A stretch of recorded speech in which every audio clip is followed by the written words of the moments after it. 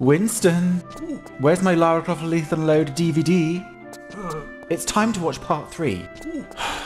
Do hurry up, darling. Coming up. Bizarre to have such a rule, but it was our only way of controlling the lookalike model. Don't you dare control me.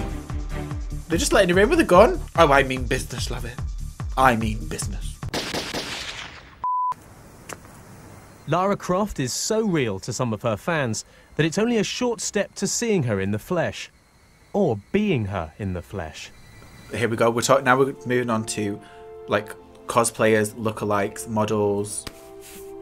But this is where I come into it. I actually feature in this, by the way. I had the afternoon off with my friend and we were... This person is legendary. She's legendary.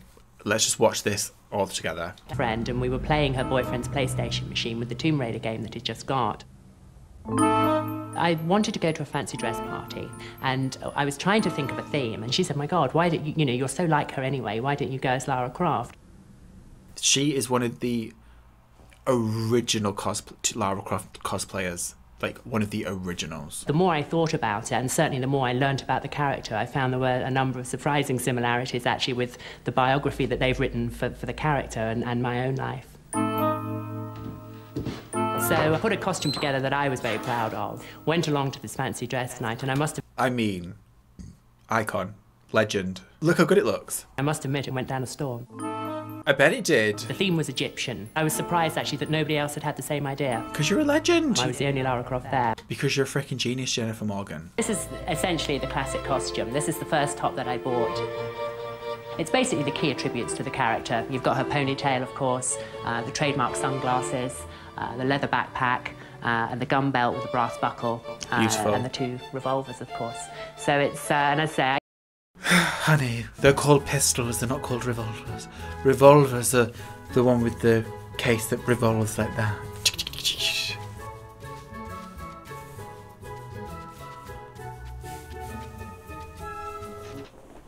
Anyway, that was very petty of me. I do apologise, Jennifer. I really do. How dare you be petty when you currently look like this? my second costume was the Tomb Raider 3 costume, which she wears Area 51. Did you see as well, she didn't actually feature this, but there's a solar wetsuit in there. It was in there. I then also, with Tomb Raider 3, I got the Arctic outfit.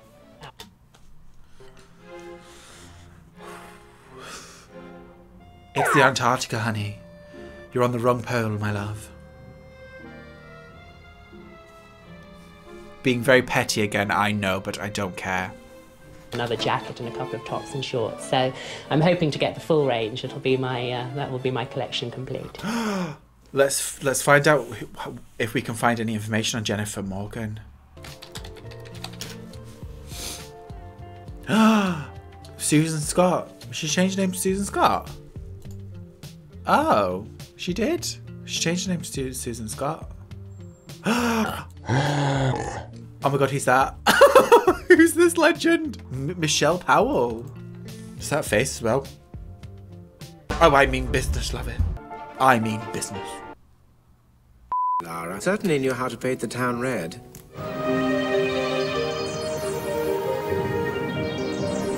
So she actually used to go clubbing dressed as Lara in Brighton. I mean,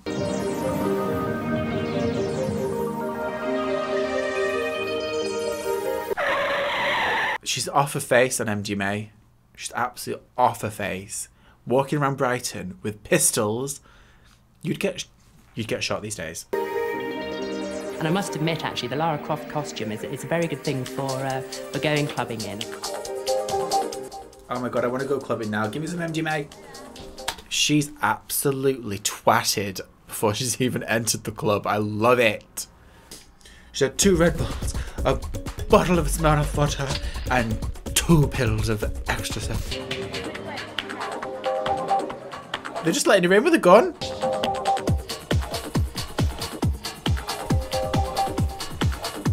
It does make people stop and stare. Particularly the... Oh, I do love a camp gay club. They've had a few drinks and they've been celebrating. They cannot believe their eyes. Something everything that they've stared at her rear end for the last 5 years has actually come to life. What's your name? They ask a name. Lara. I'm Lara Croft, obviously. But normally, after a usually cheesy line, they don't really know what to say. They are a little bit taken aback. Lara Croft is a lady. She's, you know, she's polite. She would never be rude to anyone. She wouldn't be aggressive to anyone unless they threatened her. So certainly, I tend to be very polite, but politely say no. You're filming for a documentary, but I'm still gonna fucking take drugs, honey. I'm still gonna get wasted. Don't even start with me. That is the kind of iconic energy that I live for. The lighting's getting better now, I can tell. Jennifer, if you're out there, please let's party together. Let's go clubbing. Obviously, of a certain persuasion, actually find the character quite sexy as well, perhaps in the same way as men do. I've had offers from both sides of the fence when I've dressed up as the character, so it's obviously a universal fantasy figure. Good. Me too, honey. I wonder if she's had sex dressed as Lara. I wonder if she's done that. I hope fucking so. I never have though. It's just not something that I could do for free. Vince, if you're out there, my PayPal's open. Miss Croft did enjoy her little games.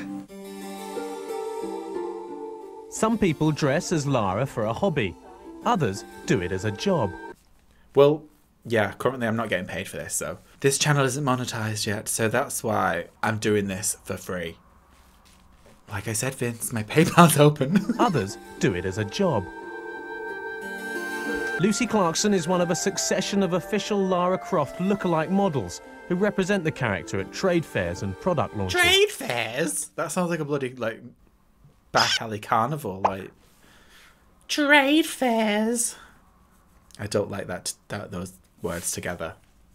The #1 rule has always been that the lookalike. I think I know this. The rules are you don't smoke while you're in costume, you don't drink while you're in costume, and you don't speak while you're in costume. The lookalike model, Lara Croft, can't speak in costume. There's more rules. It seems bizarre to have such a rule, but it was our only way of controlling and... Me Too movement, don't you dare control me. And making people realise that Lara Croft is not real. That's good. I appreciate that. You know, down to me to ensure that the guns are held correctly. It's one of the first things that people... Well, she's not doing it right. People will spot a mile away if a gun is facing down. But it's down to me and to the model to ensure that it's held almost like a man or... Who's this sexist woman? Lara Weller was the official Lara Croft lookalike model in 1999. Yep, she was Lara Weller's. Fucking hell, love. I was coached to do the movements right. There was this particular way of, you know, taking your guns out and the walk. I mean, she stands in a particular way. I wasn't allowed to talk as Lara Croft. The real Lara Croft actually was quite hard to live up to. Yeah. Don't worry. I can't smoke in my outfit. I can't smoke in my outfit. I personally don't think any model could be a Lara Croft lookalike. The catwalk models, they're very slim, very waif-like.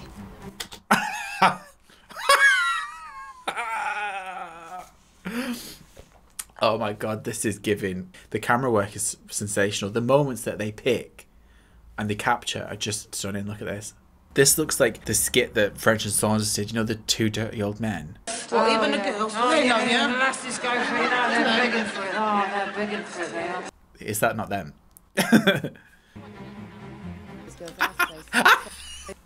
Oh god. It's getting me all, you know, in my nether regions. Are so slim that there aren't any kind of assets there. That's a very coy way of saying the models on the catwalks, they don't have tits and they don't have asses, and that's what we need in our costumes. We want big tits and we want big asses. Your physique is kind of the first, strongest aspect that we're looking for in every girl. We're looking at something kind of, you know, the legs slightly apart. They've got to be willing to open their legs. Why did I do a Scottish accent?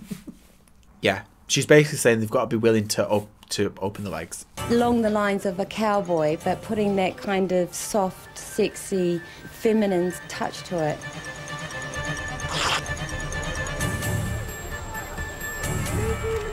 Does my wig look better than all of these people's wigs? I need to know. I don't know. I'm having like an issue where I just don't feel like it's up to par. They just stand next to me, have their picture taken with me, and I give them my signature, the special Lara Croft signature. Aww. And they just, oh, I never throw this picture away in my life. Oh, bless. A lot of men, they, you know, when they see the real life Lara Croft, I mean, you never know what some men might do.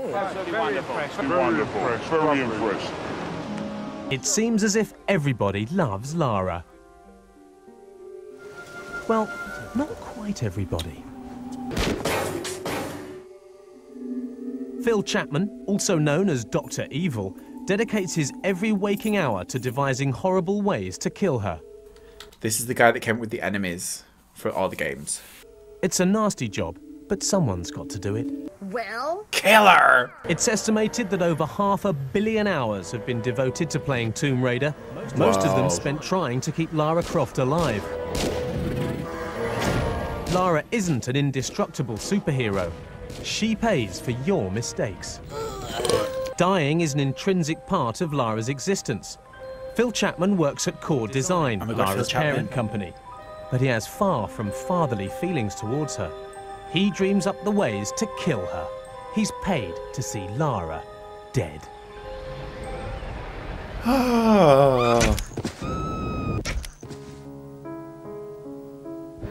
Always thinking of ways to kill her.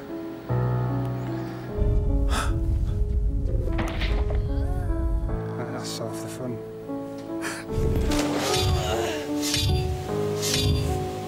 Everybody else is trying to save her.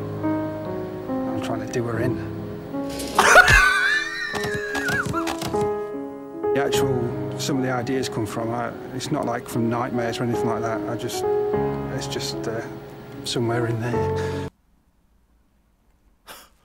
I think we need to call the police. In world news, a private memorial service was today held for renowned archaeologist Lara Croft. 'Tis a sad day, Winston. She will live on forever in our hearts. Surely, Winston. Indeed, indeed. Today. Oh, here we are. My first love. It's like, we're at the end of the documentary now, and I like where it segues from, you know, like a movie where it starts off with something, and then it ends with the same kind of thing, like as a resolution. You know what I mean? We're back at the creator, the one that came up with my design. The sexy Toby. Soon after Tomb Raider the computer game was released, her creator, Toby Gard, left the design company and walked away from millions. Oh, Toby. Oh, he did come back though, didn't he, for Underworld? I was going to say underwear then. If you say Lara Croft, it's probably, for me, the feeling of loss. Oh no. You lost me. You lost her, why did you leave? Because I left immediately after Tomb Raider, and because that means I wasn't really there for when she blew up. It really, really took off. I kind of feel sad in a way. Why did you leave? I don't feel sad about the money, because I don't know. It's not really about the money. It's not for me anyway. I just wanted to make a game that people would enjoy. And you did. Did he just design her, or did he do? I don't know. It sounds really soppy, but it's true. I mean, money's nice. It can get you extra things, but Vince, my PayPal's open, like I've said. because I know I have no control over what happens whatsoever. I've given up on feeling protective about it because it just doesn't, the character just doesn't belong to me anymore. Okay. From a pencil sketch, she leapt to international fame. And exploded the world. Seducing us with her sexy explosions, whatever they said. This is the recap. Okay, we're recapping. We're closing up now. But perhaps the real reason for her hold on us is that the real Lara Croft will always be just out of reach. That was phenomenal to me. I had such a good time watching that. That was like a brilliant time capsule of Lara Croft Tomb Raider at its height in the 90s and the whatever. 20 years ago. 20 years ago. I've just realised that was 20 years ago, over 20 years ago. That's crazy. And here I am, sat dressed as her doing this.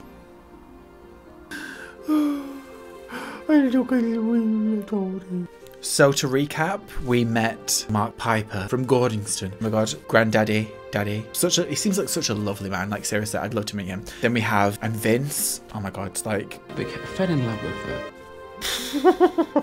Like I said, Vince, get in contact. I'm ready. Then we had the troubled family, like. But Lara Croft was in between of us. Like, I'm still going. I'm gonna have to go to therapy for that. That's a lot to take in. Do you know what I mean? Like that was a lot. And then, oh my god, the bra lady. Hello. That line. You don't want her bouncing around while she's shooting lines and jumping over mountains and things. Will go down in history. And then Jennifer Morgan, like the fabulous queen she is. That was phenomenal. Don't you think? Like literally that was one of the best documentaries ever made. So let's give it a round of applause. Come on. That was top-notch entertainment, wasn't it? And I would be very interested to find out what's happened with these people now. Like, if there's any updates. Like, if there's any updates, please let us know. Anyone out there, just let us know because I'm enthralled by these people. So anyway, see you then. Bye for now.